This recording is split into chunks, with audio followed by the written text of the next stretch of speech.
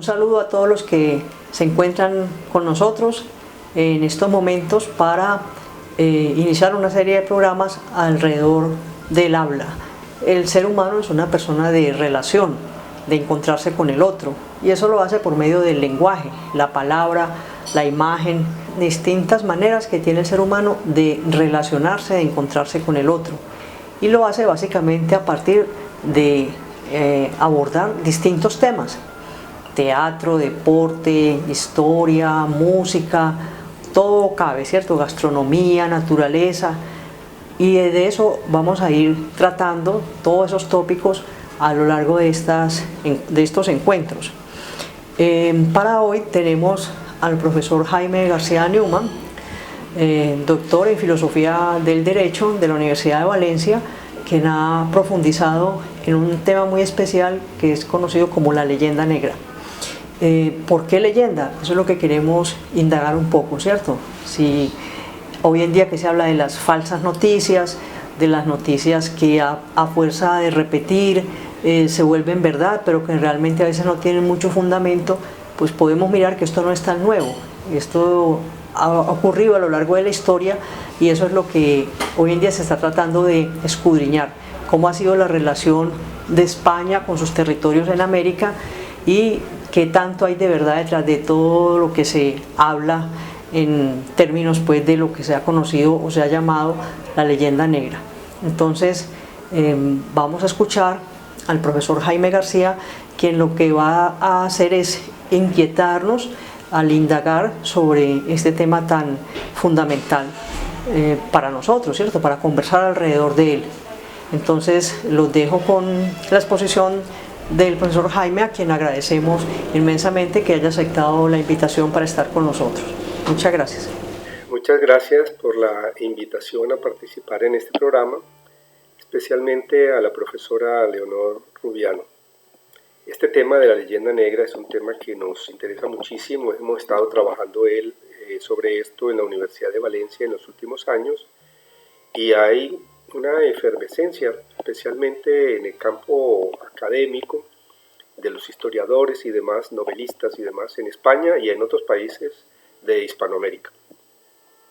Y creemos que va a tener mucha importancia en la situación de crisis global que vivimos. ¿Por qué? Bueno, porque se trata de una falsificación histórica. La leyenda negra es una falsificación histórica que exagera lo negativo, oculta lo positivo y muchas veces también inventa falsedades. Son tópicos y mentiras que llevan siglos y que están metidos en la cultura popular, Hollywood, Netflix y en el sistema educativo, y que llevamos repitiendo. Esto ha sucedido con otros imperios en otros momentos también, que hay un periodo de guerra de propaganda de los que están en contra del imperio, pero una vez que desaparece el imperio, desaparece también la guerra de propaganda. Pero con el caso del Imperio Español no ha sucedido así, porque tiene que ver también con el tema de la religión. Esto lo inició, la expresión la trajo por primera vez Julián Juderías, que era un diplomático español que escribió un libro llamado La leyenda negra y la verdad histórica a comienzos del siglo XX, en el año de 1914. Y desde allí algunos historiadores, sobre todo extranjeros, no españoles, han comenzado a trabajar, especialmente en las últimas décadas hay muchos estudios sobre esto, porque no es normal que una mentira y una distorsión de la historia perdure durante tanto tiempo y sea asimilado además por las propias víctimas, digamos así, de la mentira. No se trata tampoco de crear una leyenda dorada y decir de que todo lo que hizo el Imperio Español fue una maravilla, etcétera, etcétera, no, sino ubicarlo en la realidad objetiva, como la historia de cualquier otro país, con sus luces y sus sombras.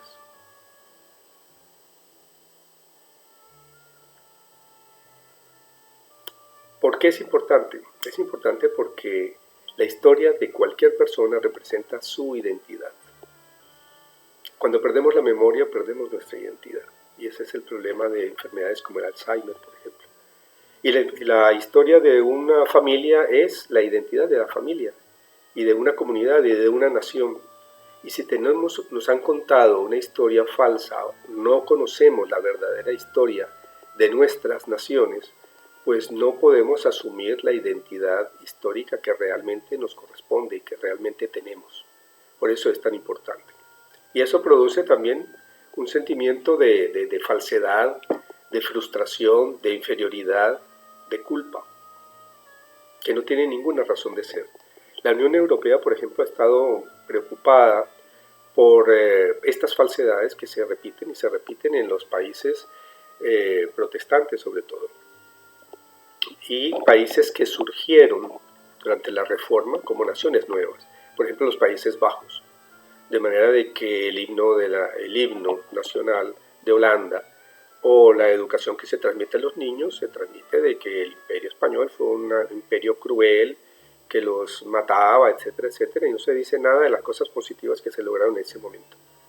¿Por qué? Bueno, porque el Imperio Español en ese momento heredó el nieto de los reyes católicos también lo que era el Sacro Imperio Romano Germánico, que incluía todas estas regiones de Europa. Entonces, los príncipes alemanes aprovecharon la reforma de Lutero en contra de la Iglesia de Roma para independizarse o lograr ventajas dentro del imperio del rey Carlos I de España y Carlos V de Alemania. Y después entonces, cuando viene el rey inglés Enrique VIII y rompe también con la Iglesia Católica de Roma, pues entonces su enemigo principal es el Imperio Español, porque el Imperio Español representaba la defensa de la Iglesia Católica. Entonces, si estás en contra de la Iglesia Católica, estás en contra del Imperio Español y viceversa.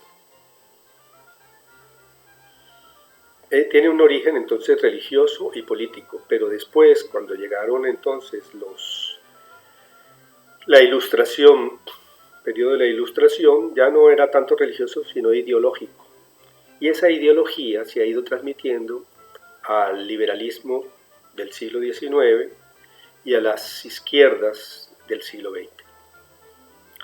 Entonces, pero hoy en día, como la historia no es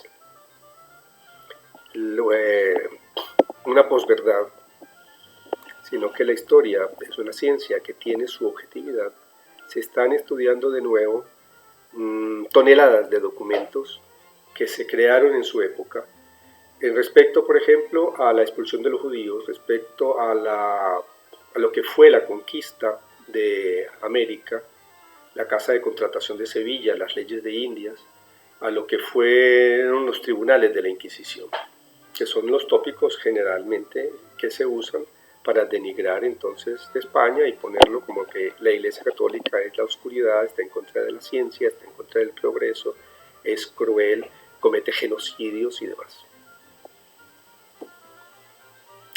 Entonces, por medio de la propaganda masiva fue como incluyendo grabados sobre todo, como se difundieron estas mentiras hace 500, 400, 300 años.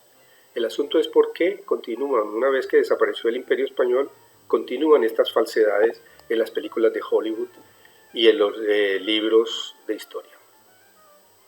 Los historiadores hoy en día están haciendo una historia comparada y se dan cuenta de que muchas de las cosas que se han dicho contra el Imperio Español, pues por lo menos hay que fijarles con datos qué tan objetivos son.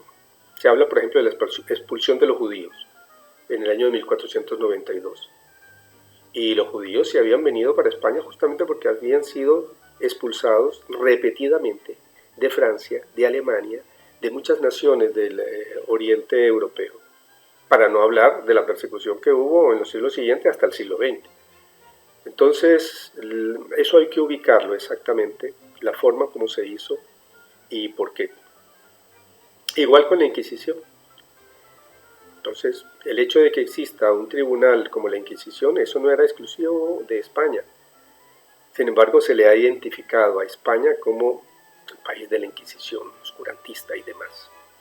Que estaba bien que la religión hiciera ese tipo de juicios, seguramente que no, pero se hacía en todos los países. Y lo peor de todo no es eso, lo peor es que donde no existía un tribunal, simplemente los enemigos religiosos eran eliminados y las mujeres acusadas de brujería sin ningún juicio eran ejecutadas.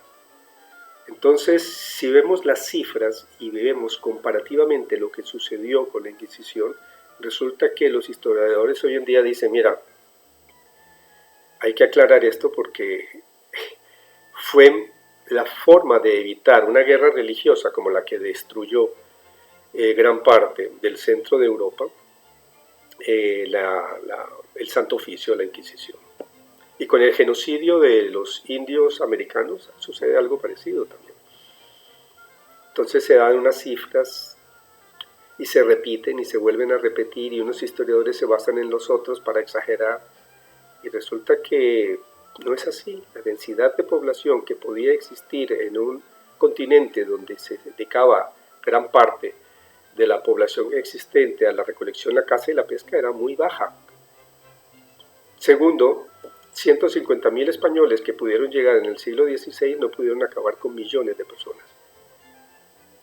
Las enfermedades sí, porque hubo un traspaso ecológico, entonces hay que ver, y ahí está registrado, qué enfermedades, especialmente la viruela, asolaron la reducción de población. Tercero, unos pocos conquistadores no podían acabar con un imperio militar como era el imperio azteca, sino es porque había una cantidad de tribus dominadas, como los de Tlaxcala, tlaxcaltecas, que estaban esperando la oportunidad para acabar con el imperio mexica, que cada año, solamente en sacrificios humanos y canibalismo, acababa con 20 a 30.000 personas, y eso está comprobado científicamente, y en los últimos años hay muchísima evidencia, más evidencia que antes. Y no solamente esto sucedía en el imperio de los aztecas, sino también en el imperio inca. Y también hubo una guerra civil, de manera que cuando llegó Pizarro allí, una parte de la población se unió con Pizarro y encontraron la oportunidad, porque con 12 caballos no iba a poder lograr lo que se logró. Entonces hay que ubicar todo esto en su contexto y ubicarlo con cifras, y existe la documentación como para podernos acercar un poco más objetivamente a esta realidad.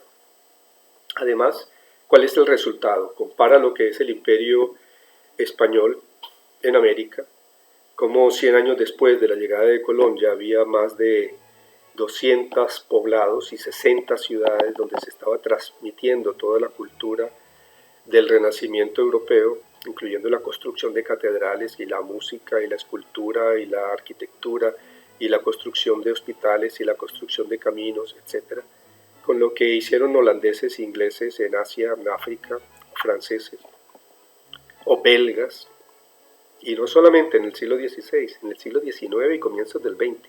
No hay imperio más genocida que el imperio inglés. Sin embargo, la fama la tiene el imperio español. ¿Por qué?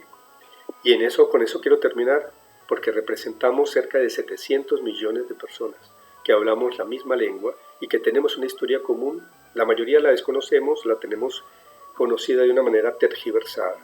Si logramos recuperar nuestra historia y nuestra identidad histórica, podemos conformar una mancomunidad o una especie de algún tipo de cooperación internacional y lograr en un mundo donde las potencias están peleándose en medio de la crisis, de la pandemia, de la crisis económica, financiera, ecológica, etc., y tener un puesto entre las naciones. No podemos seguir estando divididos. Ya los ingleses hace 200 años se encargaron de dividirnos y fragmentarnos en pequeños pedazos, y hoy en día siguen tratando con el indigenismo, con las raíces afrodescendientes, etc., de dividir y vencer. Lo que necesitamos es conocer nuestra historia, y para eso es necesario acabar de una vez con la leyenda negra. Por eso los invito a todos a seguir investigando estos temas, porque de estos depende en buena medida nuestro futuro como hispanoamericanos. Muchas gracias. Bien, entonces hemos tenido la oportunidad de escuchar las ideas principales en torno al cual ha girado este asunto de la leyenda negra. Como bien decía el profesor Jaime García, es un tema crucial en términos de identidad cultural para nosotros los hispanohablantes. Es un tema polémico, como él muy bien señala, no se trata de pasar ahora a hacer una leyenda dorada donde aquí todo fue una maravilla. Claro que se cometieron errores, pero es mirar de una manera más objetiva nuestra historia, porque como decía inicialmente, hoy se habla de las fake news, de todo este tema de la posverdad, y esto no es de ahora, esto es de toda la vida, digamos, de la historia de la humanidad. El mismo ministro de Comunicaciones del régimen de Hitler ya lo decía, ¿no? Que la comunicación consistía en repetir una mentira muchas veces hasta que se volviera verdad, y esa era la manera como ellos manipulaban todo en favor de ese régimen tan cruel que existió, y generaron todo este odio cultural hacia, no solo hacia el pueblo judío, sino la persecución se dio hacia los católicos y hacia toda una cantidad de personas que sufrieron estas consecuencias. Entonces, bueno, quedan invitados a generar preguntas, inquietudes que tengan con relación a este tema.